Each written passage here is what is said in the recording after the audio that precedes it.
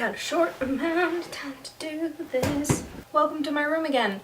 It's 1,000 degrees again in here and I'm all packed up. This is the stuff that's going into my new apartment, so I thought I would film in front of it. My hair's gonna change around a lot in this video. This week I started out reading Private Eye. It's free online, which is great.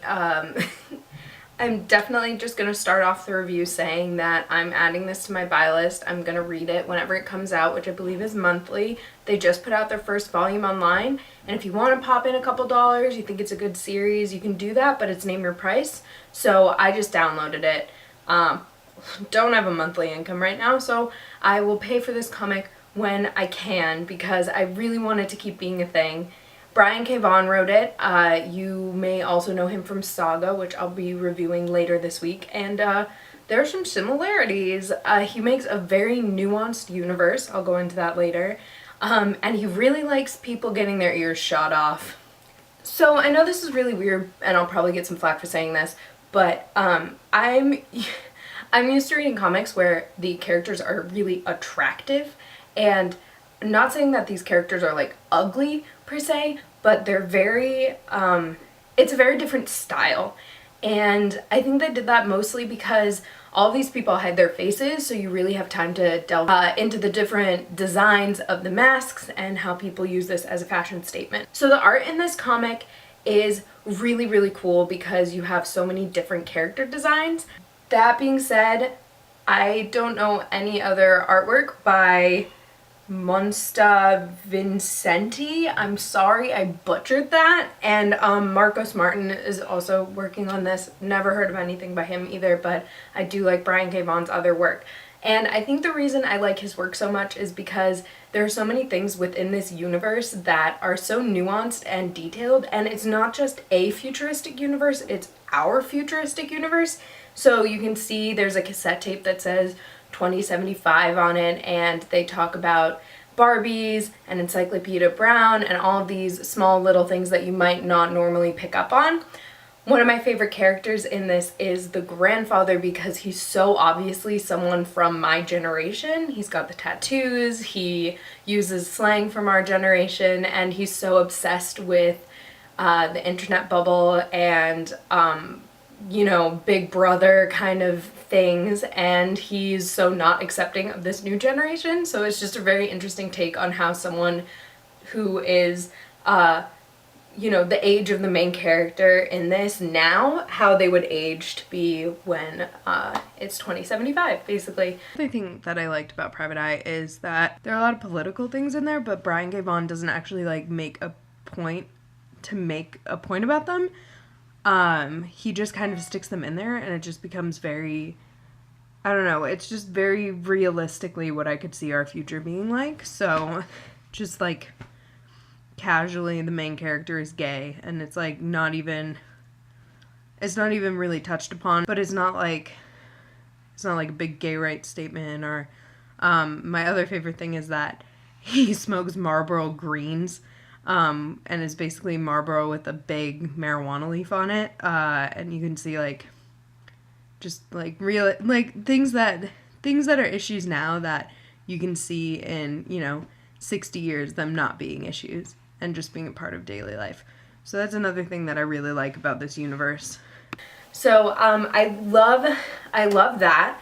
The story is about, so basically the universe sets up this time after everyone's search history has been published, so there's no more privacy, and the internet basically collapses, and people all of a sudden start taking their privacy very seriously because whole nations fell once they discovered what these people were searching and how horrible people they were and all of these kind of things.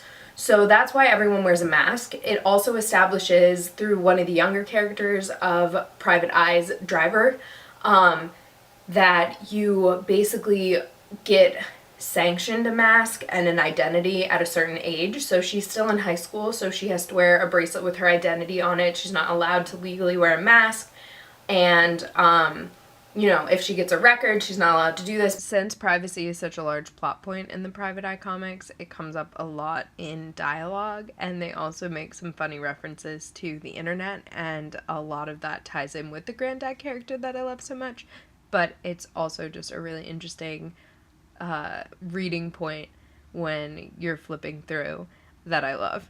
But all of this is subtly put in. There's not a lot of exposition, but you still get an idea of what this universe is. So what happens is Private Eye has set up his detective agency, which is basically frowned upon because people really enjoy their privacy, and he's doing small-time stuff, you know, looking at people who have cheating wives and checking up on people he went to high school with and all sorts of stuff like that.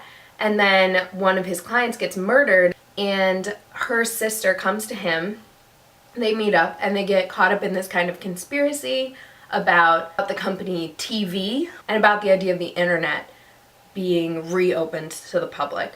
So there are a lot of really cool things. They end up going to the slums, which are like these derailed T trains that people are living in now, which is really interesting.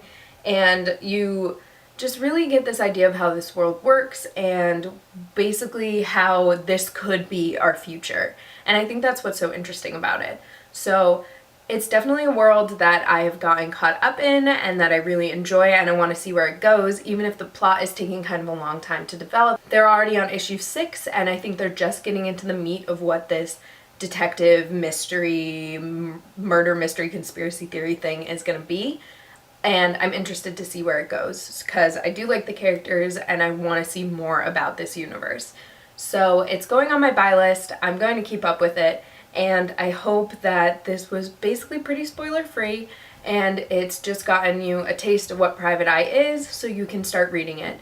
Again, perfect series to start. It's free online. I'll link to it down below. Again, it's name your price, so it's not really free, but it can be, and I hope that some people do go out and pay for it, like I eventually will, hopefully when Volume 2 comes out, and I have a little bit of money to spare because I do want to see this series do well. If you liked this and you like Brian K. Vaughan and are interested in his other work, I'll be reading Saga later this week. You can watch my previous video to see all the other reading titles that I'll be doing this week, and I'll be putting out another reading list for the week after.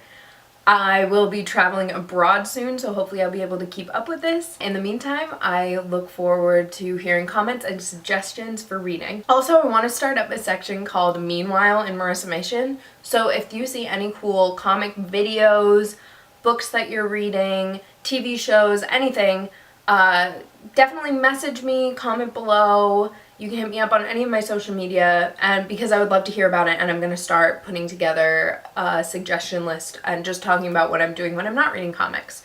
So hopefully that section will get off the ground within next week's reading list. And yeah, I look forward to reading, and I hope you do too. So the art in this comic is really, really cool because you have so many different character designs. I'm already losing battery. Time out.